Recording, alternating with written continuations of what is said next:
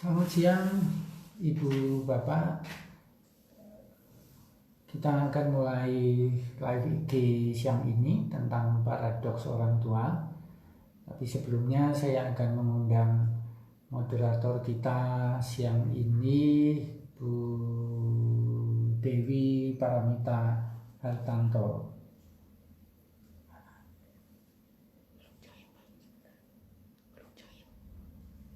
Ya, sambil menunggu Bu Mita join, ya saya sampaikan bahwa kita sebagai orang tua itu sering lucu, ya sering sangat lucu karena kita ingin menginginkan banyak hal baik terjadi pada anak-anak kita, tapi ternyata kita sendiri pula yang membuat mereka berperilaku negatif, gitu ya. Kamu telepon aja Bu Mitanya. Ya, itulah yang disebut paradoks orang tua. Jadi keinginannya banyak, keinginannya baik, keinginannya positif, tetapi apa yang kita lakukan malah sebaliknya yang terjadi. Ya, pertama, kenapa sih bisa terjadi hal seperti itu? Karena pertama, orang tua seringkali tidak punya tujuan dalam parenting. Ya, tidak punya tujuan dalam parenting itu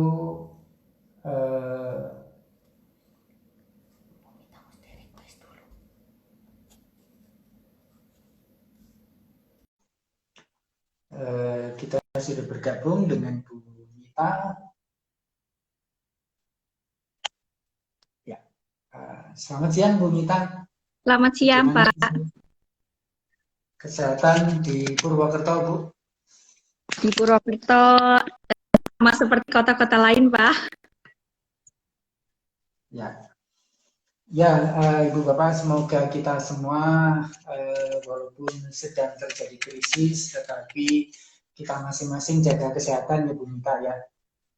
Itu yang bisa kita sumbangkan bagi dunia sekitar kita.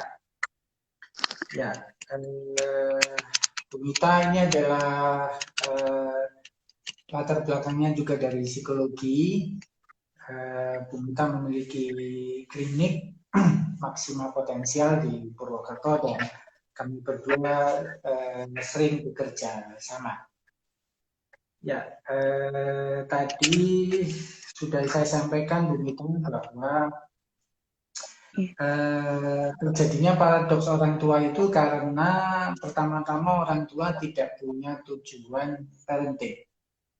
Jadi kalau di perusahaan itu kadang-kadang perusahaan punya target, tetapi sayangnya target itu tidak tertulis sehingga pencapaian target juga menjadi sulit.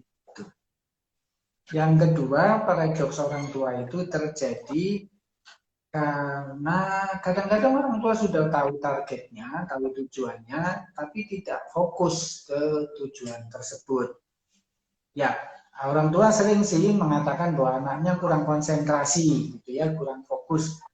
Tapi kenyataannya malah orang tua juga sering kehilangan konsentrasi, khususnya konsentrasi terhadap tujuan parenting mereka, gitu ya. Jadi kalau misalnya tujuannya pengen anaknya berbuat baik, orang tua malah tergoda untuk memperhatikan hal-hal negatif yang dilakukan anaknya, gitu ya. Sama kalau anak-anak malah terdistraksi oleh hal-hal baik, orang tua itu sering terdistraksi oleh apa yang dianggap oleh orang tua sebagai masalah. Padahal mungkin sebenarnya itu bukan masalah. Misalnya, contoh ketika anak ngelawan gitu ya, disuruh terus ngelawan. Buat orang tua itu kan masalah, ini anak kok ngelawan. Padahal kalau secara psikologis, secara psikologi perkembangan, anak melawan ini kan sedang belajar mandiri, itu contohnya. Jadi asumsi di kepala kita bahwa anak ini punya masalah itu malah keliru gitu. Ya. Nah, dari dua penyebab ini, lalu timbullah yang bisa diidentifikasi itu 5 paradoks. 5 paradoks ini pertama, orang tua pengen anaknya berperilaku baik, tapi malah setiap hari itu fokusnya pada perilaku negatif anak. Misalnya orang tua pengen anaknya rajin belajar, tapi malah fokus orang tua lebih memperhatikan ketika anaknya nggak belajar gitu. Ketika nggak belajar, ketika main game selalu mereka ingetin, sehingga fokusnya teralihkan si orang tua. Kedua, orang tua pengen anaknya mandiri, tapi orang tua malah overprotective. Ya, ketika misalnya anaknya belajar pakai pisau, wah langsung udah direbut gitu misalnya. Padahal anaknya lagi latihan mandiri. Ya. Nyapu gitu misalnya, nyapunya tapi caranya masih salah gitu ya, debunya malah berterbangan, nah itu langsung digantiin. Ya. Terus yang ketiga, orang tua pengen semua anaknya itu jadi pemimpin, ya jadi pemimpin. Tapi tiap hari anaknya hanya disuruh-suruh. Disuruh bangun, disuruh mandi, disuruh makan gitu ya. Sehingga si anak, orang tua terdistraksi lagi pada anak saya kok nggak bisa memimpin dirinya sendiri seperti itu.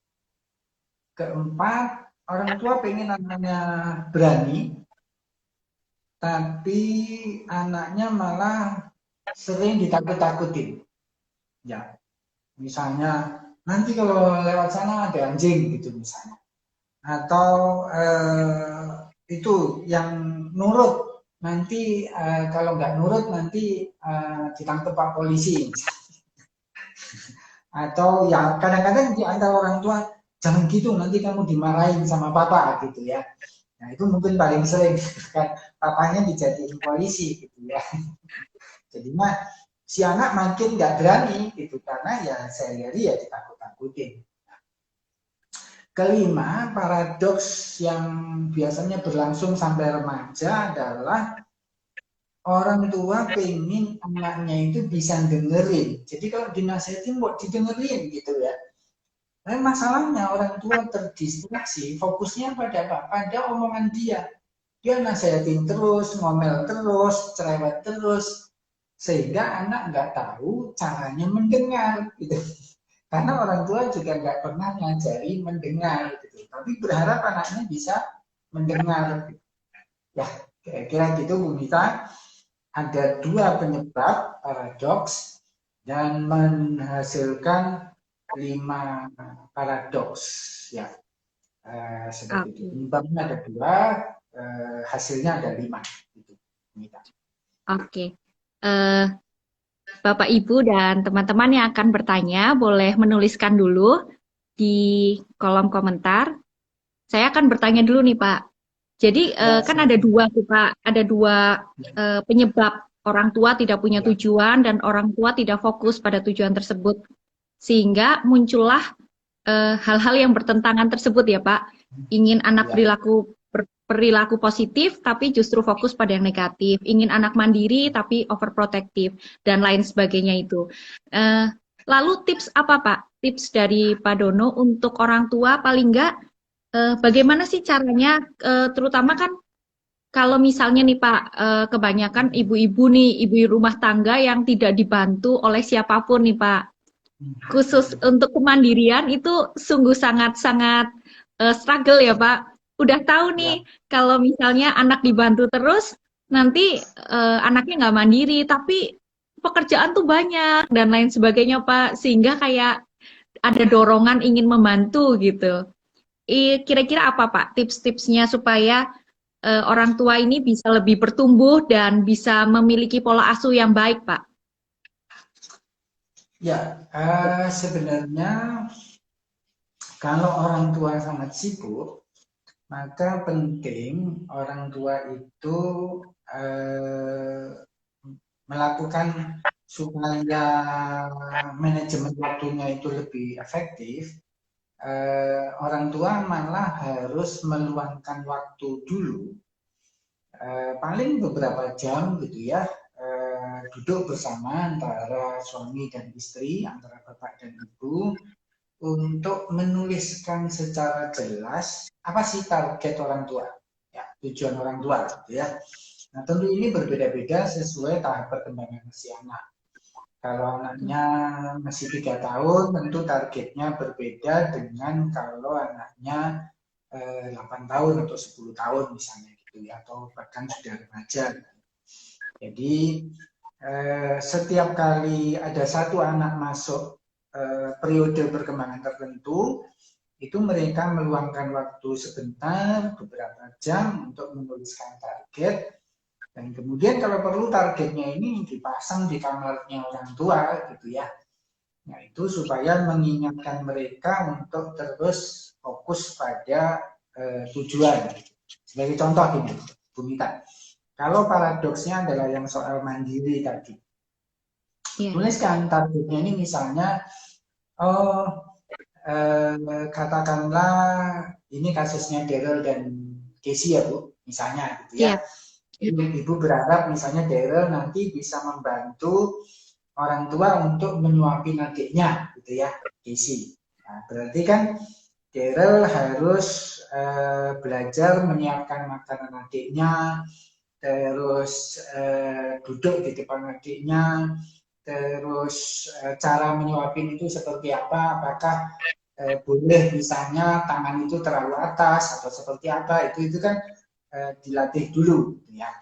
Jadi orang tua malah melatih dulu misalnya si kakak ini untuk menyuapi adiknya, sehingga ketika orang tua sibuk ya nggak jadi overprotective gitu, nggak bentar-bentar udah di dapur ngeliatin gitu misalnya, oh sudah benar belum caranya seperti itu, karena sudah dilatih dulu.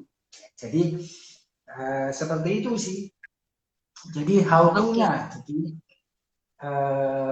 yang sering kita lupakan itu how to-nya. Misalnya tadi nyapu gitu ya, kita nggak ngajari dulu cara nyapu seperti apa. Tapi setiap kali anak salah, baru kita peringatkan gitu. Jadinya anaknya belajar dari trial and error gitu. Nah, kalau trial and error itu memang akan lebih sering errornya daripada benernya gitu. Karena caranya trial and error. Ya, jadi tadi saya simpulkan bahwa menentukan target sesuai usia anak itu penting ya, Pak. Karena itu orang tua perlu mengerti tahap perkembangan anak berarti ya, Pak. Tahap perkembangan anak itu udah sampai mana, kemampuan sosialnya harus seperti apa, kognitifnya harus seperti apa.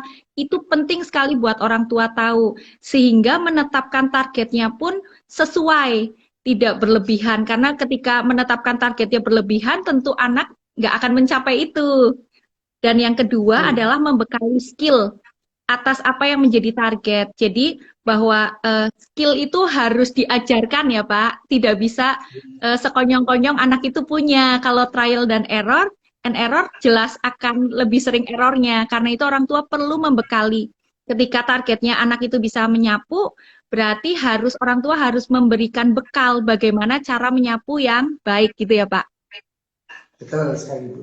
Sehingga itu orang tua juga tadi tidak terdistraksi memperhatikan perilaku buruk anak. Gitu. Ya. Oke, fokus pada yang positif ya Pak.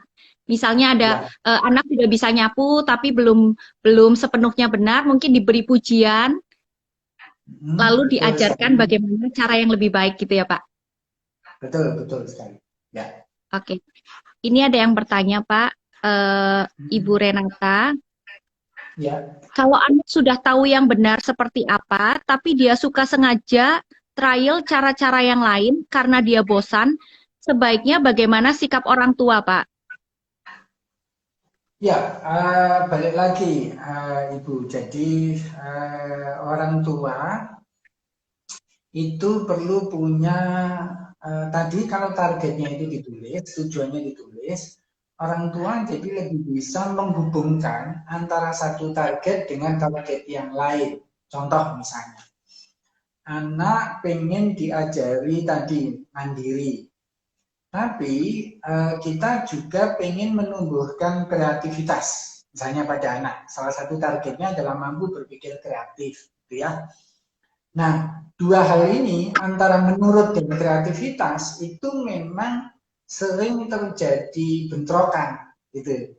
Nah, orang tua harus diskusi, buat mereka nilai yang lebih penting itu nurut atau kreatif, gitu. Karena misalnya contoh kita mau menuntut anak kreatif, kalau itu nomor satu, ya nurut itu harus nomor kesekian, gitu. Ya, mesti dibalik, gitu. Contohnya tadi, kalau anaknya pengen jadi leader, leader itu harus kreatif. Nggak bisa leader itu hanya nurut, itu norma. Nggak bakal sampai kapanpun. Gitu. Nah, jadi ketika nanti anak itu nyapu misalnya dengan cara yang kreatif, gitu ya. Misalnya bukannya maju mundur tetapi ke kiri ke kanan, ya nggak apa-apa. Karena itu nggak melanggar targetnya orang tua. Tinggal orang tua kemudian misalnya memberi kesempatan kalau kreatif itu bisa ditumbuhkan kalau anak juga diajari untuk mengevaluasi, mengamati. Nah, nggak mungkin anak itu bisa mengobservasi jika tidak diberi peluang untuk berbuat salah tadi, gitu kan. Nah, jadi salah itu baik gitu jadinya kalau untuk kreativitas ya. Karena dari salah itu si anak belajar, kemudian ditanyain gitu misalnya. Ya, jadi bukan hanya disalahkan tetapi diajari, dari yang kamu lakukan ini menurutmu hasilnya seperti apa? Jadi bukan disalahkan tetapi disuruh mengevaluasi. Seperti itu sih. Jadi Oke. dari satu target ke target lain kita jadi tahu mana yang lebih penting. Oke, berarti penting untuk sebenarnya kembali lagi ya Pak, orang tua punya tujuan menjadi orang tua itu termasuk nilai-nilai apa yang ditanamkan di dalam keluarga tersebut ya Pak. Ya, betul sekali Ibu. Ya, sehingga nilai-nilai itu yang menjadi pegangan buat orang tua bisa mana yang lebih prioritas gitu ya Pak. Ya, sip. Dan setelah itu Nah, mungkin bisa evaluasi apa yang dilakukan oleh anak. Jadi anak misalnya berlaku yang sengaja nih, sengaja kayak ngetes orang tuanya nih Pak. Bisa diajak diskusi, evaluasi apa yang kamu dapatkan dengan kamu melakukan hal yang salah itu gitu ya Pak. ya, betul. Nah, pertanyaannya adalah, Bung Mira, apakah orang tua sudah menyadari, memahami value mereka? Ya, jadi kadang-kadang manusia ini kan kayak hidupnya asal gerinding gitu. Dia nggak tahu sebenarnya value dia yang utama itu apa gitu. Karena sampai dewasa mungkin nggak pernah menimbang juga gitu. Karena value-nya didapat dari orang tuanya dulu gitu. Kakek neneknya dari anak-anak gitu ya. Diterima gitu aja, nggak pernah di counter value-nya sehingga kita nggak pernah menyadari, oh ternyata value saya itu begini, contohnya. Ya, gampangannya banyak orang tua pasti yakin kalau ditanyain, so saya value saya kejujuran gitu ya. Nah, anak kan melihat kejujuran orang tua dari perilaku orang tua gitu misalnya. Kalau di toko misalnya sering harganya sebenarnya 10.000 dijual 11.000 terus anak lihat kan, sebenarnya anak lihat oh orang tuaku tuh jujur ngomong doang gitu kan. Ya akhirnya dia perilakunya ya meniru apa yang dilakukan orang tuanya gitu. Oke, jadi selain punya tujuan, orang tua penting juga teladan dari orang tua sendiri atas nilai-nilai yang sudah ditetapkan. Terus Pak, tadi kan kita perlu tahu nih Pak, perlu tahu tahap-tahap perkembangan anak Pak. Sebagai kaum-kaum awam nih Pak, misalnya orang tua kan nggak ngerti nih gimana dan di mana saya bisa mendapatkan ukuran tahap-tahap perkembangan itu harus sampai mana Pak? Itu bisa didapatkan di mana Pak? Ya, ibu-ibu yang di Purwokerto bisa ke kliniknya Bu Mita. minta daftar tahap perkembangan gitu kan. Itu sebabnya kalau orang tua konsultasi ke klinik saya juga selalu membekali itu, daftar tahap perkembangan. Di internet tentu juga sudah banyak, bisa di-download sendiri-sendiri. Tapi saya mengingatkan daftar tahap perkembangan anak Indonesia sedikit berbeda dari tahap perkembangan anak misalnya di barat gitu ya. Jadi hati-hati kalau mendownload dari situs asing gitu ya, nggak bisa diterapkan serta-merta pada anak Indonesia. Gitu ya. Kalau perlu sih daftar tahap perkembangan itu dipasang di dapur, di meja makan, di kamar orang tua gitu, untuk mengingatkan kita terus-menerus, oh anak itu perkembangannya sekian gitu. Ya. Karena nggak semua psikolog juga paham itu, kecuali psikologi perkembangan gitu ya. Kalau dia orang klinis dewasa misalnya gitu, belum tentu paham tentang tahap perkembangan anak. Ya. Oke, Pak. Terus pertanyaan lagi, Pak.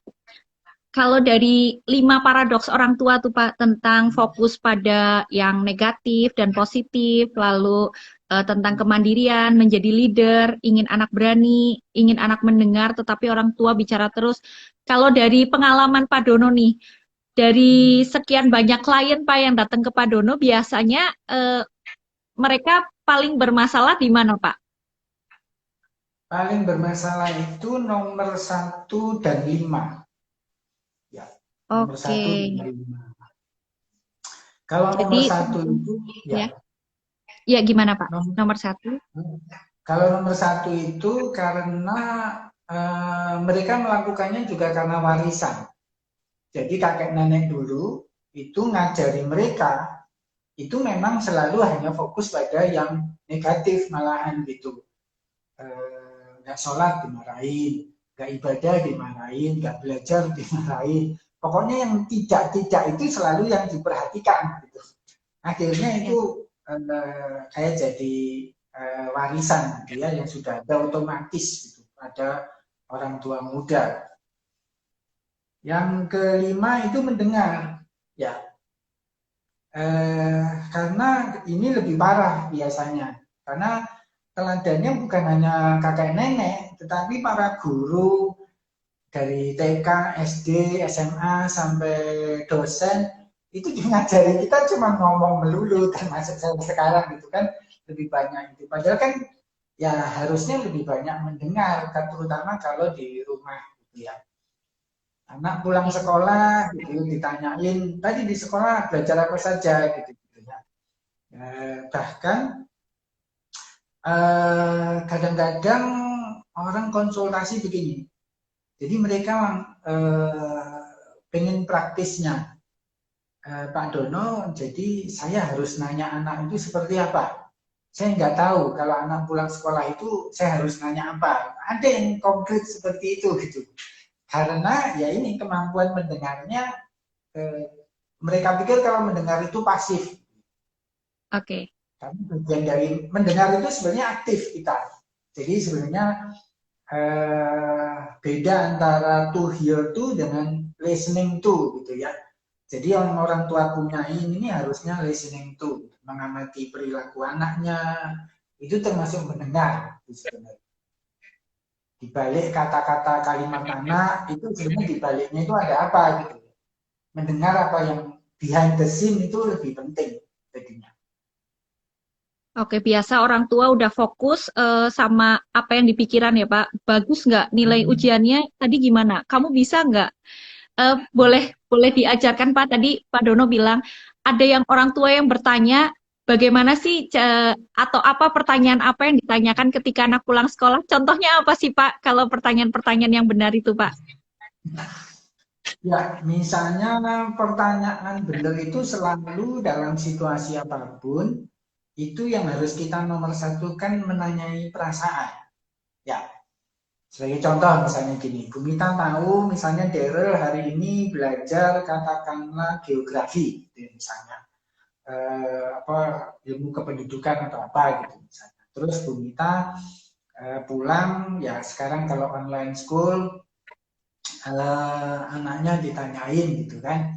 Tadi waktu belajar geografi perasaan Daryl seperti apa gitu ya.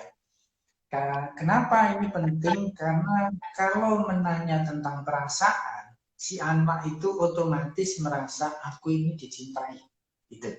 Ya, jadi tanpa syarat itu. Kalau perasaan itu pasti tanpa syarat. Tapi kalau ditanyain tadi ngerti nggak geografinya?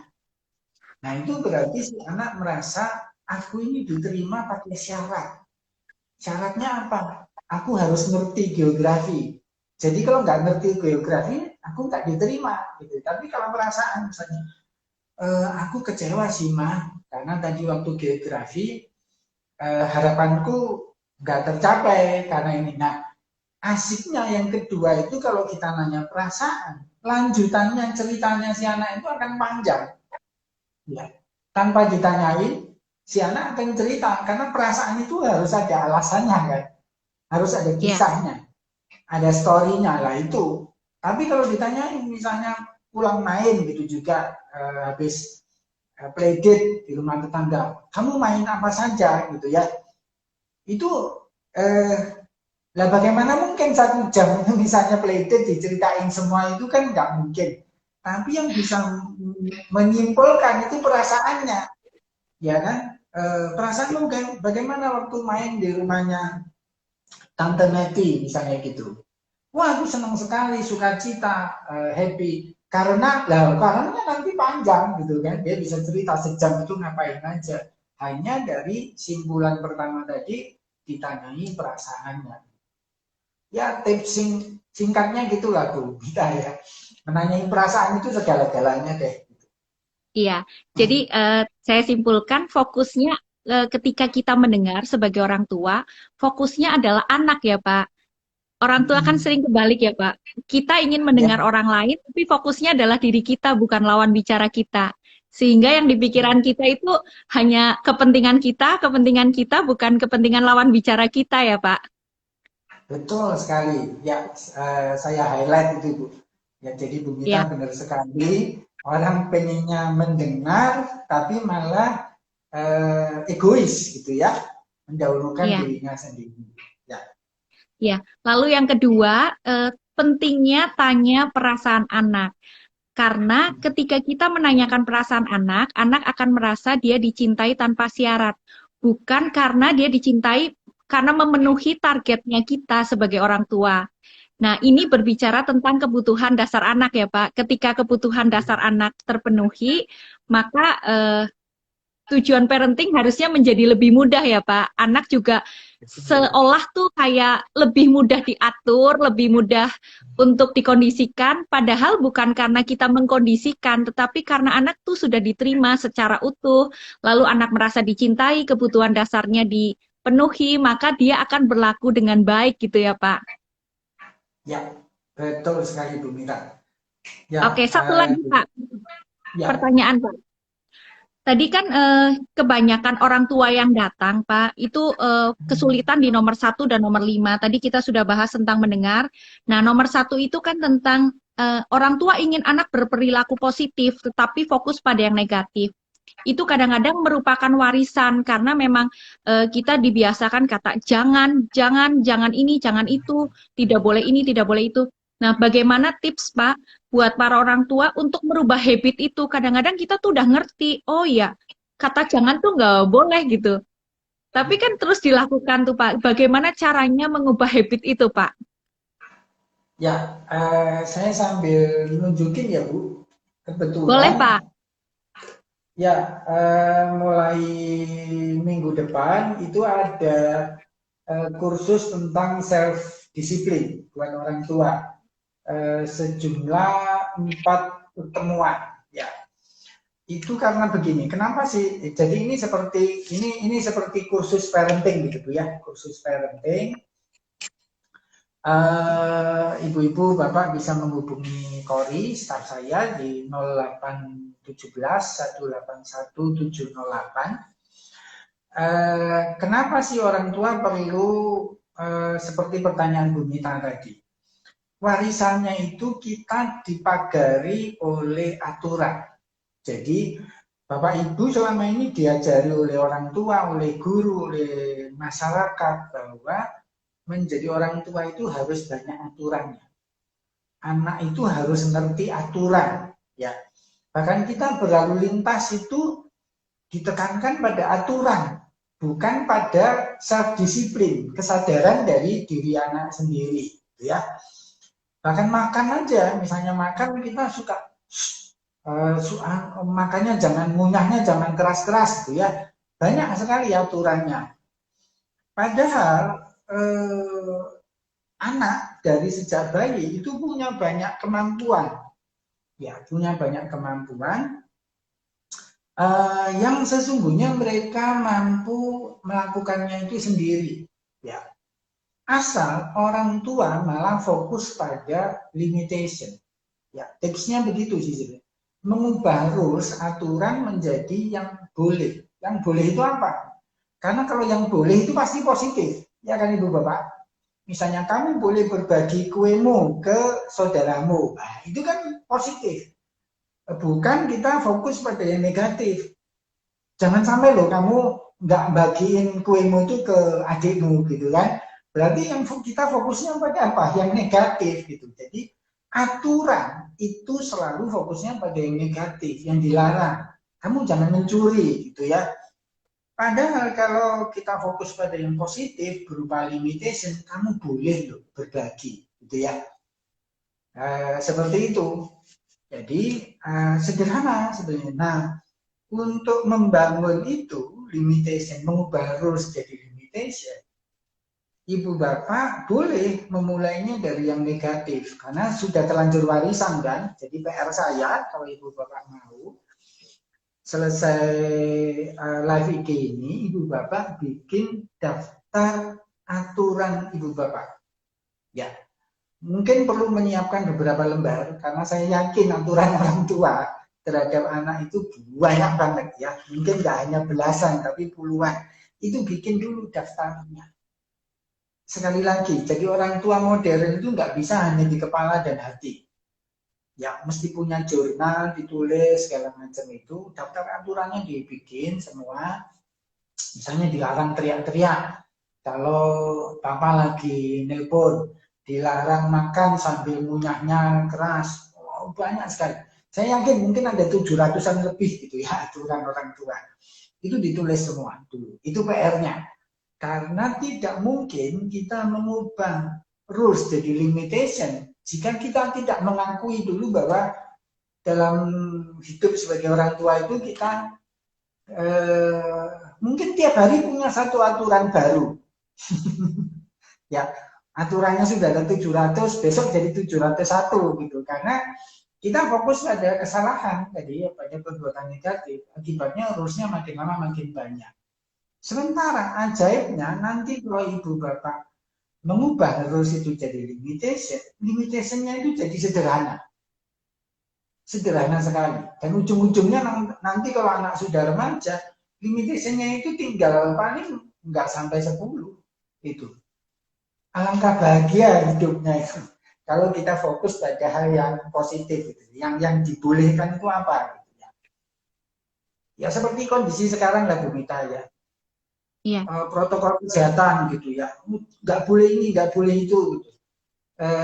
Dari awal pandemi saya selalu mendorong yang boleh loh, yang boleh. Kamu boleh berolahraga, kamu boleh makan yang teratur, kamu boleh hidup happy. Itu yang harusnya kita fokuskan. Ya, kira-kira begitu Bu tipsnya. Oke, kamu boleh berolahraga, gunakan masker gitu ya Pak, misalnya ke jalan raya gitu ya Pak. Jadi ada limitationnya. Jadi saya simpulkan tadi, ketika kita orang tua ingin anak itu fokus pada saya ulangin. Ketika kita sebagai orang tua ingin anak kita berperilaku positif, maka kita sebagai orang tua perlu fokus pada hal yang positif lebih daripada fokus pada hal yang negatif. Syukur-syukur nanti sudah tidak fokus sama hal yang negatif sama sekali ya Pak. Nah, caranya adalah gunakan limitation. awalnya bagaimana cara mengubah rule menjadi limitation, Bapak Ibu perlu menyadari dan mengakui aturan-aturan apa aja yang ditetapkan. Karena seringkali kita sebagai orang tua menetapkan aturan, tapi kita juga nggak ngerti, nggak nyadari bahwa kita sudah nyetapin itu sebagai aturan gitu. Jadi langkah pertama adalah mengakui dan menyadari aturan-aturan apa yang sudah kita buat. Tulis semuanya, lalu baru mengubah itu menjadi limitation ya Pak. Ya, Dan betul saya sekali. menyadari siang hari ini ketika kita hanya memberikan aturan kepada anak, itu kita kan nggak akan hidup selamanya bersama dengan anak. Jadi ketika nanti kita sudah nggak ada, aturan kita itu juga sudah hilang otomatis, maka anak akan melakukan semua. Jangan-jangan gitu ya Pak. Misalnya kita bilang, jangan makan permen, jangan lari-lari, jangan membantah, jangan segala macam yang kita perintahkan. Ya. Nah, ketika kita tidak bersama dengan anak, anak bisa melakukan semua itu. Anak justru kayak ingin membantah, ingin bolos, ingin apa segala macam tanpa tujuan yang jelas gitu ya Pak. Jadi aturan itu tidak jangka panjang karena aturan itu ketika dibuat aja anak akan nurut. Tetapi ketika aturan itu nggak ada, anak justru akan kayak bebas tanpa apa Pak? Tanpa limitation itu ya Pak. Jadi kayak liar gitu. Ya, Gitu Bapak Ibu. Ya, Pak. Ya, tambahannya gini, Bu. Kadang-kadang ada sih orang dewasa yang sampai dewasa itu jadi penurut, nurut sama aturan terus. Ya. Tapi itu bukan karena punya self disiplin. Ya. Jadi hidupnya itu sebenarnya tidak otentik. Ya, tidak otentik, tidak menjadi dirinya sendiri. Karena ya dia terbayang-bayang terus oleh aturan itu. Jadi sebenarnya hidupnya dalam ketakutan. Seperti itu sih. Jadi ingat Pak, ya jadi ingat yang Pak Dono bilang bahwa manusia itu motivasinya dua, ketakutan atau harapan. Nah ketika mungkin orang dewasa itu yang nurut tapi bukan karena self disiplin dalam diri mereka, mereka melakukan semua itu karena fear ya Pak, karena takut ya Pak. Sehingga mereka tidak menjadi pribadi yang otentik. Tentu saja ketika kita tidak menjadi pribadi yang otentik, kita nggak bahagia, nggak merasa cukup, dan itu akan menurun di anak. Karena kita aja nggak bisa memenuhi kebutuhan dasar kita juga nggak bisa memenuhi kebutuhan dasar anak, gitu ya Pak? Ya, betul sekali. Jadi kalau ditarik-tarik, ya paradoks orang tua ini malah menimbulkan hidup anak nggak happy, gitu ya. Orang tuanya nggak happy, anaknya juga nggak happy, gitu. Padahal hidup sederhana dalam artian happy itu pasti jadi sederhana. Seperti itu. Oke, siap. Untuk menutup sesi pada siang hari ini, saya kepengen informasikan lagi kepada Bapak Ibu yang ingin belajar tentang self-discipline bisa mendaftar ke KORI. Ya, self-discipline ada 4 kali pertemuan ya Pak? Ya, betul. Ada penjelasannya. Bapak Ibu bisa menghubungi KORI di 081